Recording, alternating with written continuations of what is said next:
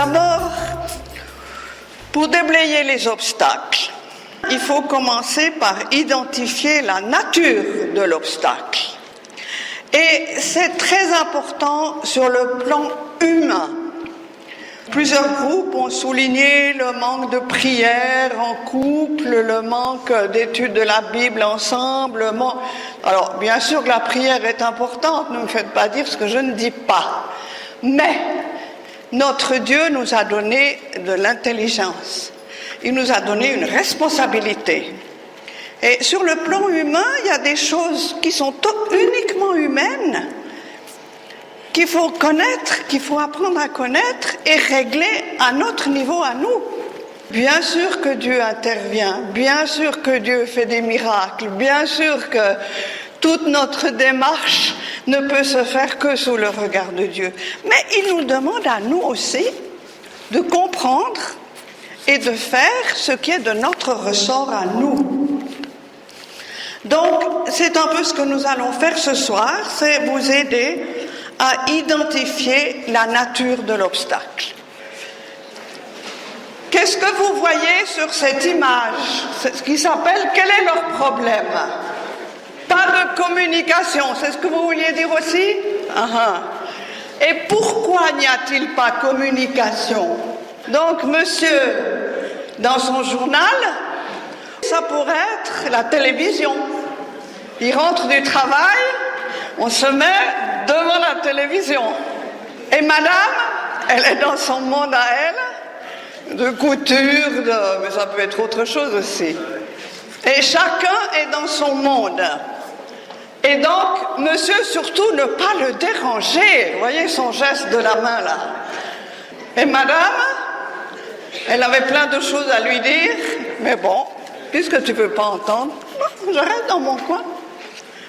Alors, ça, c'est un des problèmes où chacun est dans son monde et ne cherche pas à entrer dans le monde de l'autre et à comprendre l'autre, à écouter l'autre. Résultat, quand ça coince, entre autres au lit, on a parlé des relations intimes. Ça a raté. Aujourd'hui, vraiment, c'était pas bon. Et qu'est-ce que chacun a dans sa tête? C'est sa faute.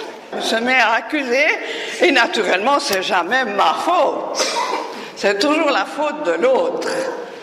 Est-ce que ça aide à la communication quand on est à ce niveau-là? Ça aide à la communication? Non. Et c'est les frustrations que vous avez soulignées aussi quelque part. Alors, ce qu'il faut bien comprendre, vous avez souvent parlé de différence et de divergence. Les hommes d'un côté, les femmes de l'autre. Et ça, c'est une chose très importante à comprendre. Souvent, nos problèmes, nos obstacles, nos incompréhensions, nos divergences viennent tout simplement de ce que les hommes sont des hommes et les femmes sont des femmes. C'est-à-dire, nous ne sommes pas pareils. Nous ne fonctionnons pas de la même façon. Nous ne voyons pas les choses de la même façon. Pourquoi? Nous sommes tous les deux très créatifs, mais chacun à notre manière, qui n'est pas interchangeable, mais qui explique beaucoup d'autres choses. Vous voyez madame, par exemple, vous voyez sa posture? Alors c'est vrai qu'elle est enceinte, parce que c'est vrai, même pour les femmes qui n'ont jamais eu d'enfant. Regardez celui-là, il est dans son travail, dans sa créativité à lui. Nous, les femmes, beaucoup s'expliquent par là. Alors les féministes occidentales, elles ne seraient pas d'accord avec moi, mais moi je crois que c'est une vérité fondamentale qui explique beaucoup de choses. Que nous, les femmes, nous sommes appelés à non seulement donner, mais porter la vie. Et ça se fait au plus profond de nous-mêmes. Et même si nous ne le vivons pas au niveau biologique, physique, Dieu nous a donné un cœur de maman, un cœur de mère, comme il nous a donné un corps pour non seulement donner, mais porter la vie. Et donc, nous les femmes, nous avons tendance à être tournées vers l'intérieur.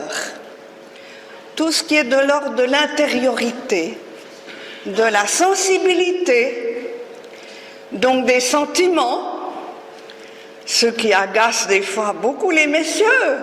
Mais c'est notre cœur de maman qui réagit comme ça. C'est ce qu'elles vont chercher à voir quand elles vont être en contact avec quelqu'un d'autre, et notamment quand les jeunes, être attirés par le garçon ou l'homme. Alors que l'homme, lui, il est tourné plutôt vers l'extérieur. Et tout ce qui est de l'ordre de l'extérieur, c'est sa tendance. Alors nous allons voir la conséquence de ces deux façons d'être dans notre profond être femme ou être homme.